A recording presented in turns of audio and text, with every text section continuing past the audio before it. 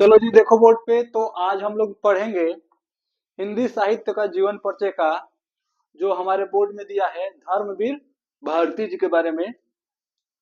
ये हमारे लिए बहुत ही महत्वपूर्ण है और इनसे बहुत सारे क्वेश्चन आते हैं, बोर्ड एग्जाम में भी आता है। और जितने भी कंपटीशन होता है हिंदी वाला, उनसे इनके यहाँ से क्वेश्चन बहुत पूछे जाते हैं, इनके रचनाओं से, इनके उपन्यास से, इनके काव्य से। तो ये बहुत ज्यादा इम्पोर्टेंट है हमारे बोर्ड एग्जाम के लिए भी और कंपटीशन के लिए भी। तो आते हैं धर्मवीर भारती जी के बारे में, जानते हैं क्या है क्या नहीं। तो अगर बात किया जाए धर्मवीर भारती, तो इनका सबसे पहले कोई भी कवि हो तो उसका जन्म, ठीक। तो धर्मवीर भारती का अगर जन्म की बात किया जाए कि जन्म कब हुआ था, तो 25 दिसंबर 1926 ईस्वी। 25 दिसंबर 1926 ईस्वी को इन महान कवि का जन्म हुआ था इस धरती पे। क्यों क्यों महान? क्योंकि बहुत ज्यादा ये इम्पोर्टेंट कवि है, इनसे बहुत सारे क्वेश्चन पूछा जाता है और इनका जो भी रचनाएं हैं बहुत इंपॉर्टेंट है, ठीक है। अब जन्म स्थान की बात किया जाए, जन्म हो गया, अब जन्म स्थान थोड़ा पता कर ले कि जन्म स्थान कहाँ पे है। तो जन्म स्थान वही है जहाँ पे तीन नदियों का संगम है, ठीक है। तो संगम नगरी कौन से है? इलाहाबाद। इलाहाबाद आज के डेट में हो चुका है ये प्रयागराज। क्या हो चुका है? प्रयागराज, ठीक है, उत्तर प्रदेश। हाँ, पहले था केवल प्रयाग, ठीक। बाद में मुगलों ने इलाहाबाद कर दिया। हाँ, तो योगी जी आए तो बोले कि बहुत हो गया मुगलों वाला शासन, अब हटाते इसको, फिर से उनका पुराना नाम देते हैं प्रयागराज, ठीक है, उत्तर प्रदेश। अब इनका जन्म पता चल गया। अब मृत्यु यानी निधन। तो अगर मृत्यु की बात किया जाए तो 4 सितंबर, 4 क्या है, 4 सितंबर 1900 कितने में हुआ था? 97 में। 1997 ईस्वी में इनकी क्या हुई थी? मृत्यु हो गई थी। किसकी? धर्मवीर भारती जी की।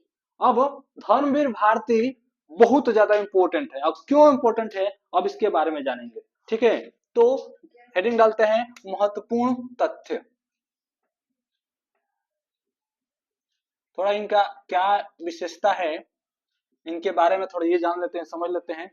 तो अगर बात किया जाए धर्मवीर भारती को, तो इन्होंने एक साप्ताहिक पत्रिका जारी किया था, ठीक है। तो धर्मयुग, कौन सा पत्रिका? धर्मयुग 1958। ये बहुत बार पूछा गया है, धर्मयुग पत्रिका किसने जारी किया था? तो धर्मयुग, हाँ, पत्रिका, ठीक है, धर्मयुग पत्रिका 1958 में, ठीक है, जारी किए थे। और ये धर्मयुग पत्रिका, धर्मयुग 1958 पत्रिका संपादित किए थे उससे।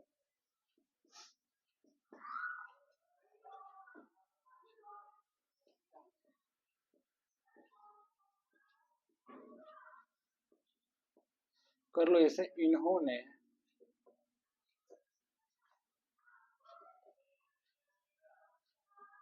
1958, इन्होंने 1958, इसको आगे कर लो, धार्मिक पत्रिका का संपादित किया था, कर लो इसको। इन्होंने 1958 ईस्वी में धार्मिक पत्रिका का क्या किया था?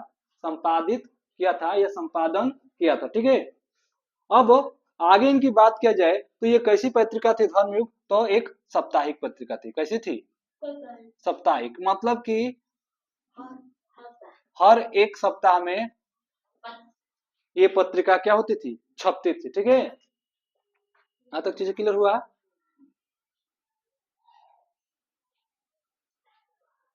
एक ये हो गया, और दूसरा प्रयागराज से। कहां से? प्रयागराज से, ठीक है, प्रयागराज से साप्ताहिक, साप्ताहिक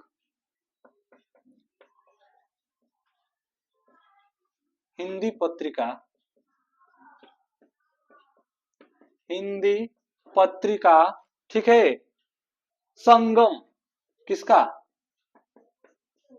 संगम का संपादन किया था?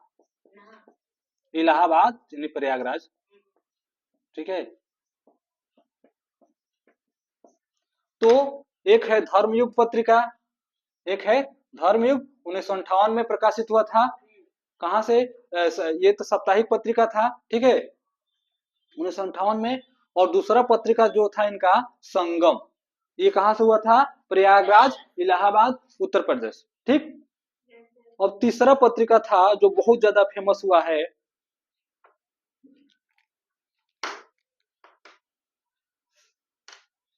तो एक है अंधा युग। क्या है? अंधा युग। ठीक है, हाँ, बहुत ज्यादा फेमस है अंधा युग। ठीक, हाँ, ठीक है, ये तीन गो इनका इंपोर्टेंट है। अब थोड़ा आते हैं इनके काव्य संग्रह। ये आंधा युग था हिंदी के, ये थे लोग, ये तो जगह का नाम तो इसका फिक्स नहीं है, लेकिन यह अंधा युग और गुनाहों का देवता जो है, गुनाहों का देवता आगे चलेंगे, बहुत ज्यादा इंपॉर्टेंट है। इसमें बहुत सारी बातें हैं, उसके बारे में चर्चा करेंगे अभी कुछ देर बाद। थोड़ा इसको देख लेते हैं। अंधा युग था, ठीक है, तो धर्म युग, संगम, अंधा युग बहुत ज्यादा इंपॉर्टेंट है इनका पत्रिकाओं में। यहाँ तक चीजें क्लियर हो गया? हाँ, धर्म युग की रचनाकार कौन है, अंधा युग का रचनाकार कौन है, या फिर पूछा जाएगा संगम पत्रिका किसने लिखा है। ठीक है, तो ये याद होना चाहिए धर्मवीर भारती के द्वारा। ठीक है, अब आगे हम लोग बढ़ते हैं, थोड़ा इनका काव्य संग्रह देख लेते हैं। ठीक है, काव्य से बहुत ज्यादा क्वेश्चन आता है।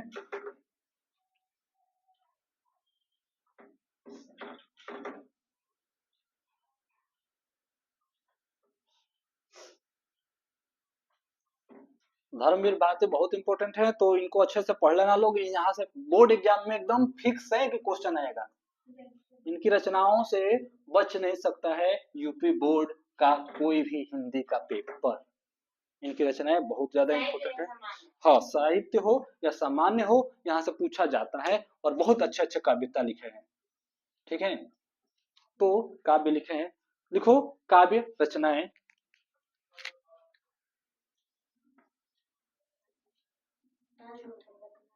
अरे वही कविता, कौन कौन से इनकी रचना है। ठीक है, अब काव्य रचना की बात किया जाए तो, अगर बात किया जाए, पहला है ठंडा लोहा। पहला क्या है? ठंडा लोहा। लोहा कैसा है? ठंडा है, लेकिन असर कैसे करेगा? गर्म वाला।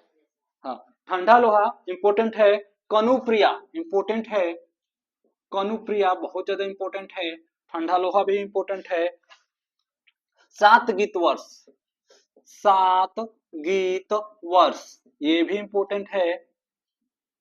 ये कभी ही इंपोर्टेंट है, क्या ही बात किया जाए। देशांतर, अगला क्या है? देशांतर। ठीक है, अगर अगला बात किया जाए, सपना अभी भी। देशांतर के बाद है सपना अभी भी। हमें अपना लक्ष्य भटकना नहीं है, सपना अभी भी। ठीक है, आघात। ठीक हो गया, ये रचनाएं हैं। अब आते हैं इनका निबंध। किस पे? निबंध पे। तो इन्होंने कौन कौन सा निबंध लिखा है उसके बारे में जान लेते हैं। तो कही अनकही, निबंध क्या है? कही अनकही, ये इनका क्या है? पहला निबंध है धर्मवीर भारती जी का। ठीक है, अगर बात किया जाए उसके बाद दूसरा निबंध ठेले पर हिमालय, मोस्ट इंपोर्टेंट है। ठेले पर हिमालय बहुत बार पूछा गया है। ठेले पर हिमालय का रचनाकार कौन है, उसका बता दोगे तो पूछा जाएगा कि ठेले पर हिमालय किस विधा की रचना है। नाटक है, निबंध है, संस्मरण है, कहानी है? तो निबंध है। हाँ, धर्मवीर भारती का। फिर पूछा जाएगा किसका है, तो हाँ, हाँ, यहाँ तक हो गया निबंध। अब आते हैं नाटक और एकांकी संग्रह। थोड़ा नाटक देख लेते हैं और एकांकी संग्रह भी देख लेते हैं। नाटक और एकांकी। ठीक है, तो अगर नाटक और एकांकी की बात किया जाए तो पहला नाटक और एकांकी की बात किया जाए तो नदी प्यासी थी। नदी कैसी थी? प्यासी थी। मोस्ट इंपोर्टेंट है, बहुत बार पूछा गया है। नदी प्यासी थी किसके रचनाकार कौन थे या कौन है, तो बताना पड़ेगा। हाँ, तो ये कौन थे? धर्मवीर भारती। अगला है नील, नीली झील, नीली, हाँ झील। ठीक है, तो वो है इनका। अब आते हैं थोड़ा, निबंध हो गया, अब थोड़ा आते हैं कहानी पे। किस पे आते हैं? कहानी। हाँ, कहानी थोड़ा सा देख लेते हैं। नहीं दिखा रहे हैं ऐसे। चलो आते हैं कहानी पे, यानी धर्मवीर भारती की कहानी। ठीक, तो इन्होंने कौन कौन सी कहानी लिखा है? तो पहला है गुलकी बन्नो। ठीक है, या बानो जो भी है मान लो, फुल्की नहीं है, ये गुलकी है। ठीक है, गुलकी किस बहुत मिलजुल रही है किसी न किसी से, मिलना नहीं चाहिए इसको, लेकिन रचनाएं हैं तो मिलेगा ही, क्या ही कर सकता है कोई। गुल की बानो। अब आते हैं मोस्ट इंपोर्टेंट। ठीक है, चांद और टूटे हुए लोग। ठीक, क्या है? चांद, टूटे हुए लोग। चांद भी टूटा हुआ है और लोग भी टूटे हुए हैं। ठीक है, चांद का मुंह टेढ़ा है, गजानन माधव मुक्तिबोध बहुत ज्यादा इंपॉर्टेंट है। चांद और टूटे हुए लोग, टूटे हुए लोग। ठीक है, यहां तक हो गया। अगला है आलोचना। अगला क्या है? इनकी आलोचना क्या है, देखा ये भी देख लिया जाए। आलोचना, तो आलोचना है मानव मूल और साहित्य। मानव मूल और साहित्य, ये इनके क्या है? आलोचना। आलोचना है किसका? धर्मवीर भारती जी का। ठीक है, अब संपादन। संपादन तो शायद हम लिखवा चुके हैं शुरू में ही, फिर भी लिख लो। संगम और धर्मयुग। संगम, धर्मयुग, अंधा युग। ठीक, हो गया क्लियर। उपन्यास, मोस्ट इंपोर्टेंट उपन्यास इनका, जो हिंदी का जान है यूं कह लो, उपन्यास। ठीक है, तो पहला इनका उपन्यास है सूरज का सातवां घोड़ा।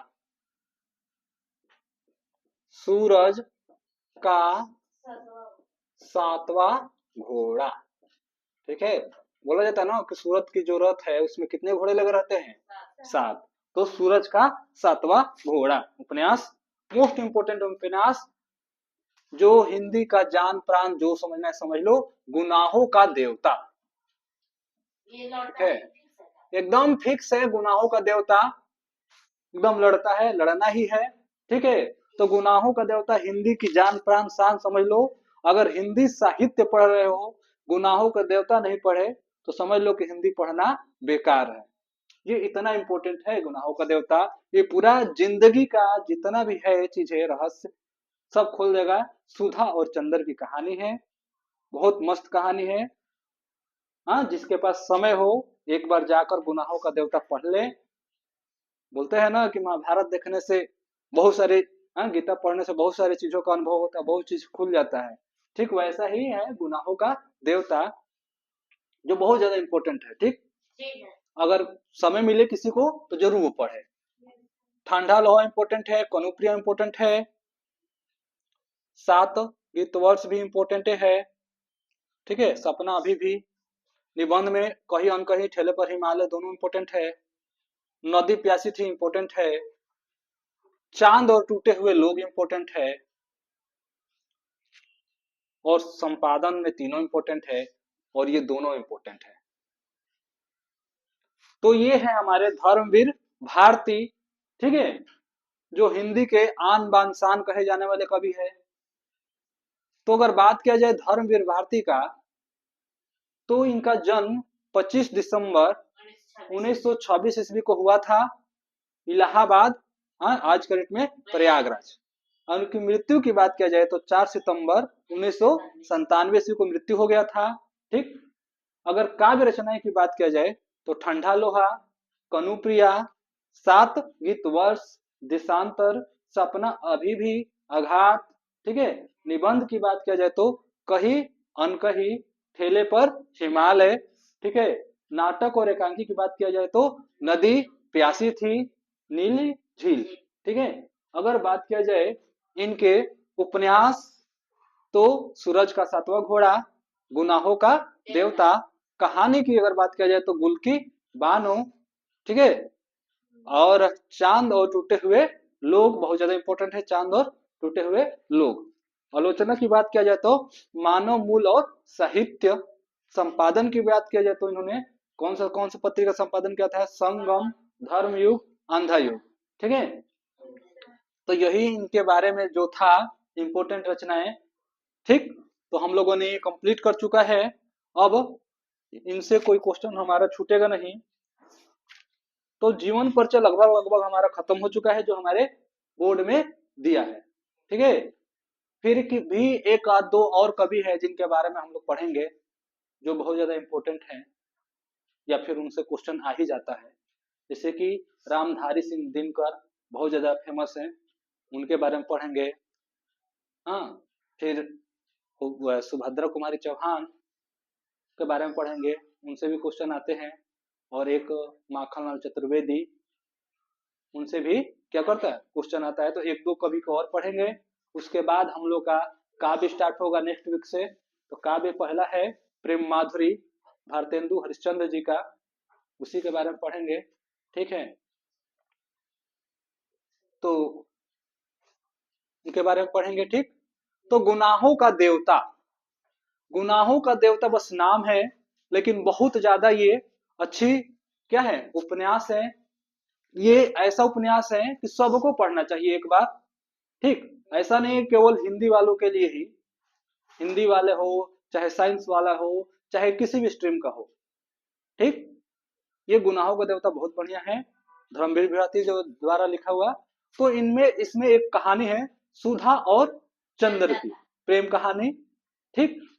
तो इसका अंत बहुत ही बेकार हुआ है। बेकार क्या बोल सकते हो, बहुत ही दुखदाई अंत हुआ है।